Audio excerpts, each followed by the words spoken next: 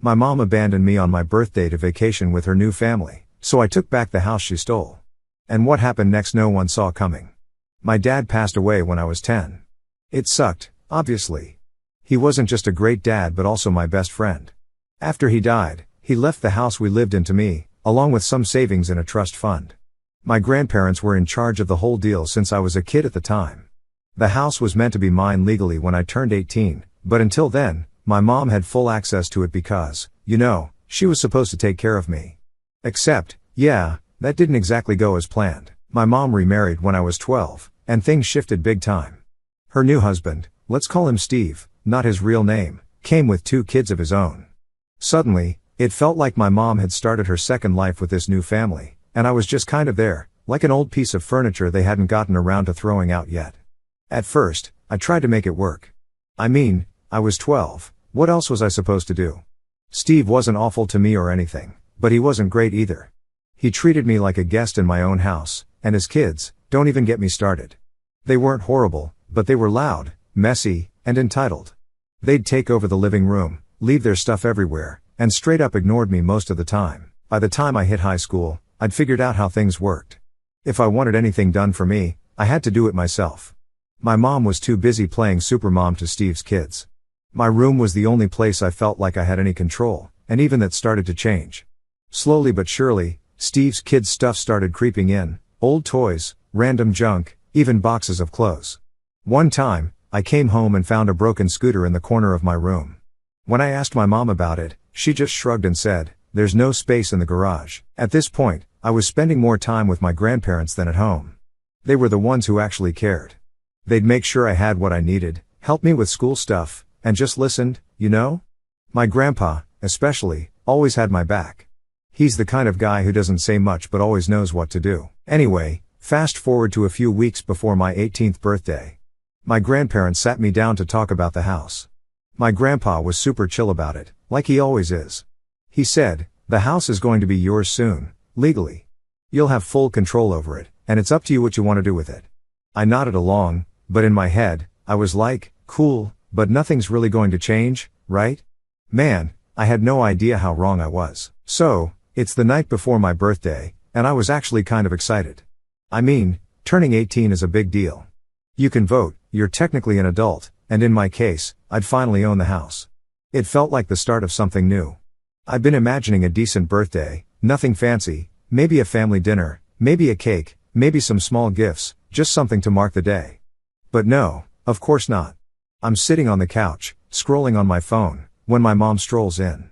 She's holding a travel bag and has that casual, distracted look she always gets when she's not paying attention.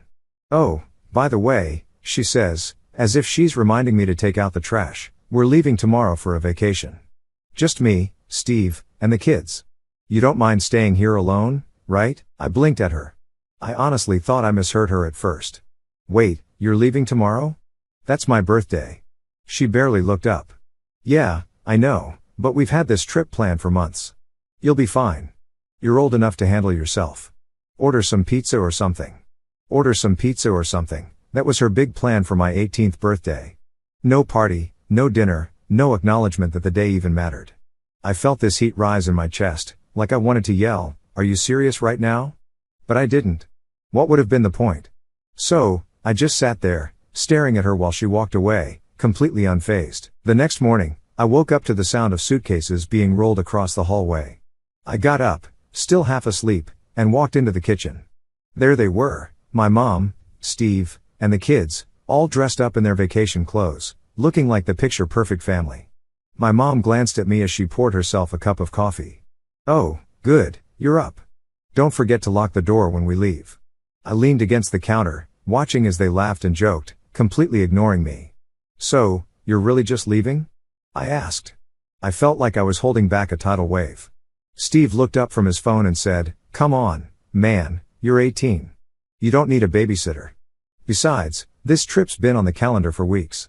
I just stood there, gripping the counter so hard. My mom didn't even look at me when she said, "We'll be back in a week.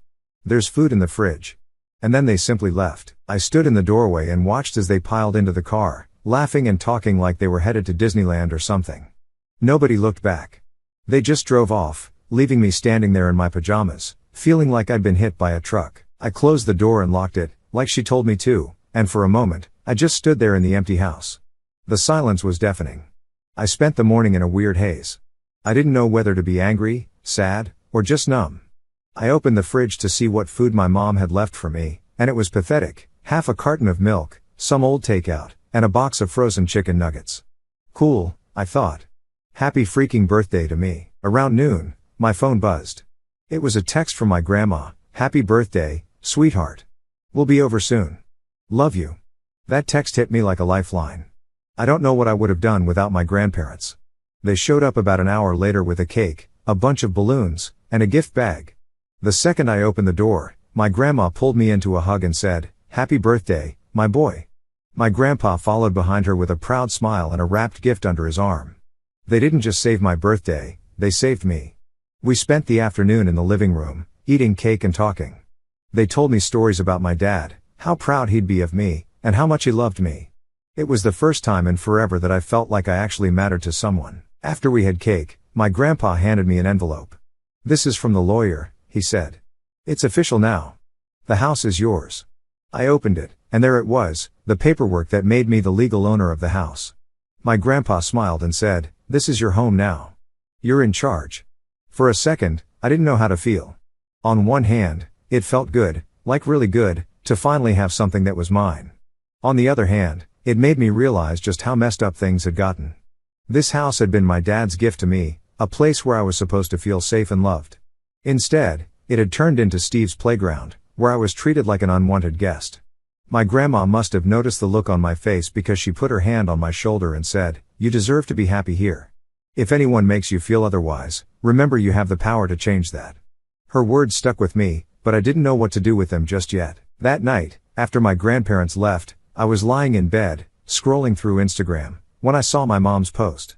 It was a picture of her, Steve, and the kids, all grinning in matching outfits at some fancy resort. I don't know why I clicked on the comments, but I did. It was full of stuff like, "What a beautiful family. And you're such an amazing mom." Not a single mention of me. They didn't see me as part of their family. I wasn't their son or their brother. I was just the guy who happened to live in their house. I didn't know what I was going to do yet, but one thing was clear: I wasn't going to keep living like this.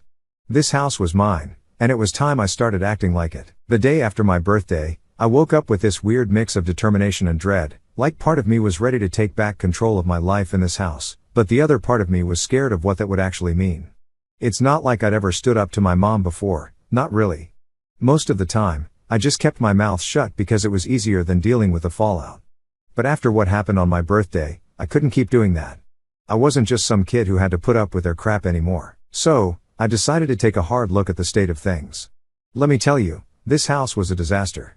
The living room was covered in their stuff: Steve's tools, the kids' toys, random junk they hadn't bothered to put away. The kitchen? Gross. But the worst part? My room. I opened the door, and it was like stepping into a storage unit. Boxes everywhere. My desk, the one place I used to sit and do my homework or just chill, was buried under stacks of papers and old magazines. My bed was pushed to the corner, almost like an afterthought, while the rest of the space was taken over by their junk. I stood there for a minute, just staring at the mess, and I felt something snap inside me. This wasn't a home anymore, it was a dumping ground, and I was done letting them treat it like one. I called my grandparents that afternoon to tell them what was going on. "You've been patient long enough," my grandpa said. "If you want them out, you have every legal right. We'll back you up." Hearing him say that gave me a boost of confidence. I mean, I'd always known the house was legally mine, but having my grandpa, the guy who's always been the backbone of our family, say it out loud made it feel real. Still, I knew this wasn't going to be easy. My mom wasn't just going to pack up and leave because I asked nicely. I needed a plan. My grandparents helped me go through all the paperwork for my dad's estate, just to make sure there wouldn't be any legal surprises. The lawyer confirmed what we already knew: the house was mine, and my mom had no claim to it. If I wanted to, I could issue a formal eviction notice and make them leave. But even with all that on my side, the thought of confronting her made me anxious. "You're doing the right thing," my grandma said. "You deserve to live in a place where you feel respected and cared for. Don't let anyone take that away from you, not even your mother." Over the next few days, I started preparing for what I knew was going to be a battle. I cleaned up as much of the house as I could, partly because I needed something to focus on and partly because I wanted to remind myself that this was my space. I packed up all the junk they'd left in my room and stacked it in the hallway. I cleared off my desk, rearranged my bed, and put up a couple of photos of my dad that I'd found in an old box. It felt good, like I was reclaiming a little piece of what had been taken from me. But as much as I tried to focus on the positives, I couldn't shake the anxiety. What if my mom refused to leave? What if Steve got involved and made things even worse? I'd seen how they ganged up on me before, turning every argument into some twisted blame game where I was always the bad guy. Still, I knew I couldn't back down. The breaking point came a week later when they got back from their vacation. I was in the living room when the front door opened, and they all walked in, dragging their suitcases behind them. My mom glanced at me and said, "Hey," like she hadn't just abandoned me on my birthday. Steve was cracking some joke about how expensive the trip had been, and the kids were already arguing over who got to play on the TV first. I just sat there, watching them act like nothing had happened. They just didn't care, not about me, not about the house, not about anything except themselves. That night, I finally decided I couldn't wait any longer. I walked into the kitchen, where my mom was scrolling on her phone. "We need to talk," I said. She looked up, barely interested. "What's up?" I tried to sound serious. "I want you and your family to move out." Her head snapped up, and for a second, she just stared at me, like I'd grown a second head. "What are you talking about?" she said. "This is my house now," I said, trying to keep my voice steady. "Legally, it belongs to me, and I'm done being treated like a guest in my own home." "I want you to leave," she laughed, like I'd just told her the dumbest joke she'd ever heard. "You can't do anything. You're just a kid. You can't kick us out. This is our home." "No," I said, my voice sharper now. "It's not. It's mine. Dad left it to me, and I have the paperwork to prove it." That's when Steve walked in. "What's going on?" he asked, looking between me and my mom. "He's trying to kick us out," she said. Steve crossed his arms and smirked. "Good luck with that, buddy. You're not going to make it on your own anyway." He pissed me off, but I tried to keep my cool. "This isn't about you," I said. "It's about me finally taking back what's mine. You have 30 days to pack up and leave. After that, I'll have no problem getting the lawyer involved." My mom stood up, her face red with anger. "You're being ridiculous," she said. "We've lived here for years. Where are we supposed to go?" "That's not my problem," I said, my voice cold now. "You've had years to figure it out. Instead, you treated me like I didn't exist. Now I'm done." What followed was a shouting match I'll never forget. My mom called me ungrateful, selfish, every name in the book. Steve jumped in too, accusing me of being a spoiled brat who didn't appreciate everything they'd done for me. Then she stormed upstairs, slamming doors and yelling loud enough for the neighbors to hear. Steve hung around, pacing the living room like he was trying to intimidate me, muttering things like, "This kid has no idea what he's doing." But I didn't back down. I went to my room, shut the door, and sat on my bed, shaking from all the adrenaline. I kept telling myself I did the right thing, but it was hard not to feel overwhelmed. This wasn't some minor argument. I just stood up to my own mom and told her to pack up and leave. The next morning, the tension was thick. My mom wouldn't even look at me. Steve kept shooting me these smug little looks, like he thought I'd cave any second. The kids, who probably didn't understand what was going on, just ran around the house like usual, leaving their toys and snacks everywhere. By the time my grandparents showed up, I was about ready to lose it. My grandpa came in first, his face calm but serious, followed by my grandma, who looked like she was ready to fight someone. My mom was in the kitchen, pretending to ignore them, but I saw her glance up when my grandpa walked in. "We're here to make sure this goes smoothly," my grandpa said, setting his briefcase on the counter. "Where's Steve?" Steve came in from the living room, his usual cocky grin plastered on his face. "Ah, so the cavalry's here. What's this about?" "This is about the eviction notice," my grandpa said, pulling out a stack of papers. "Legally, this house belongs to my grandson, and you and your family have 30 days to leave. This document makes it official." Steve's grin disappeared real quick. He grabbed the paper and skimmed it, his face turning redder with every word. "You can't be serious," he said, throwing the paper back on the counter. "This is ridiculous." "It's the law," my grandpa said firmly. That's when my mom finally spoke up. "You really want to do this?" she said, glaring at me. "You're going to throw your own mother out of her home? What kind of son are you?" The guilt hit me hard, but I refused to let it show. "It's not your home," I said quietly. "It never was. It was Dad's, and now it's mine. You've treated me like a guest here for years, and I'm done." I deserve better. Her face twisted, like she couldn't decide whether to cry or yell. She went with yelling. You're a piece of shit, she said. Everything I've done for you, and this is how you repay me after all the sacrifices I've made? Sacrifices? I shot back, losing my temper. You mean like abandoning me on my birthday so you could play happy family with Steve? Or turning my room into a storage unit? Or acting like I don't even exist half the time? Yeah, thanks for all the sacrifices, Mom. The argument went on for what felt like forever. My mom tried every trick in the book, crying, yelling, cursing. Steve jumped in too, calling me ungrateful and saying I'd regret this decision when I realized I couldn't handle living on my own. Even the kids got involved at one point, whining about how mean I was being and how they didn't want to leave. But I held my ground. You have 30 days, I said, cutting them off. After that, if you're not out, I'll have no choice but to get the authorities involved. I don't want it to come to that, but I will if I have to. My grandparents backed me up every step of the way. My grandma, who's usually the sweet and quiet type, even stepped in when my mom tried to use my dad against me. Your father would be so disappointed in you, my mom said, tears streaming down her face. This is not what he would have wanted. Don't you dare, my grandma got sharp. Don't you dare use his memory to manipulate him. You've taken advantage of that boy in this house for long enough. It's time for you to move on. The rest of the day was a blur. My mom disappeared into her room, slamming the door behind her, while Steve muttered curses under his breath and stomped around the house like a toddler throwing a tantrum. I spent most of the afternoon with my grandparents, going over the legal process and making sure everything was airtight. That night, my uncle came over with a locksmith to change the locks on the doors.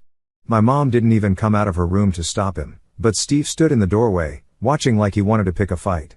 You really think this is going to work? He said, crossing his arms. You're just a kid. You don't know what you're getting into. Maybe not, I said, meeting his glare. But I know one thing, I'm not going to let you treat me like crap in my own house anymore. Over the next few weeks, things got even uglier. My mom and Steve refused to pack up their stuff, clearly hoping I'd back down. Instead, they started making life as miserable as possible. The kids left their toys everywhere, blasting the TV at full volume every chance they got. Steve kept accidentally eating the food I bought for myself, and my mom started leaving passive-aggressive notes around the house. You'll regret this, one of them said.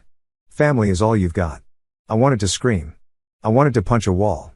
But instead, I called my grandparents and told them what was happening. You're doing everything by the book, my grandpa reassured me.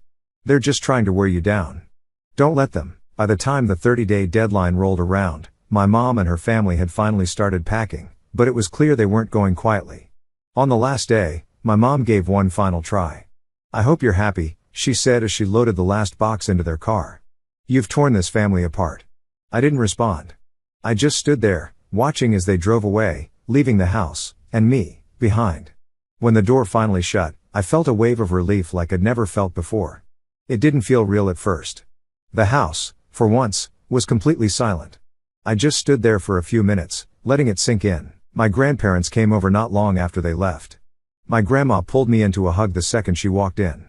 You did it, she said, her voice full of pride. My grandpa nodded behind her. We're proud of you, kid, he said. Standing up for yourself isn't easy, but you did the right thing. We spent the rest of the day cleaning the house from top to bottom until we got everything back to its place. The first week after they left was peaceful, but it didn't last long. My mom wasn't the kind of person to let things go quietly. She started calling and texting me constantly, alternating between curses and outright threats, like, don't think I won't take you to court over this. At first, I ignored her, but the texts kept coming, and the things she said started to get under my skin. I wasn't doing anything wrong, I knew that. The house was legally mine, and I had every right to reclaim it. But still, the way she talked made me second-guess myself. I called my grandparents to tell them what was going on, and they immediately stepped in to help. My grandpa got in touch with a lawyer who handled my dad's estate, and we went over everything again to make sure we were on solid ground. You're doing everything by the book, the lawyer reassured me. She doesn't have a leg to stand on. That gave me some peace of mind, but the stress was still there. My mom wasn't just trying to get to me, she was also dragging the rest of the family into it.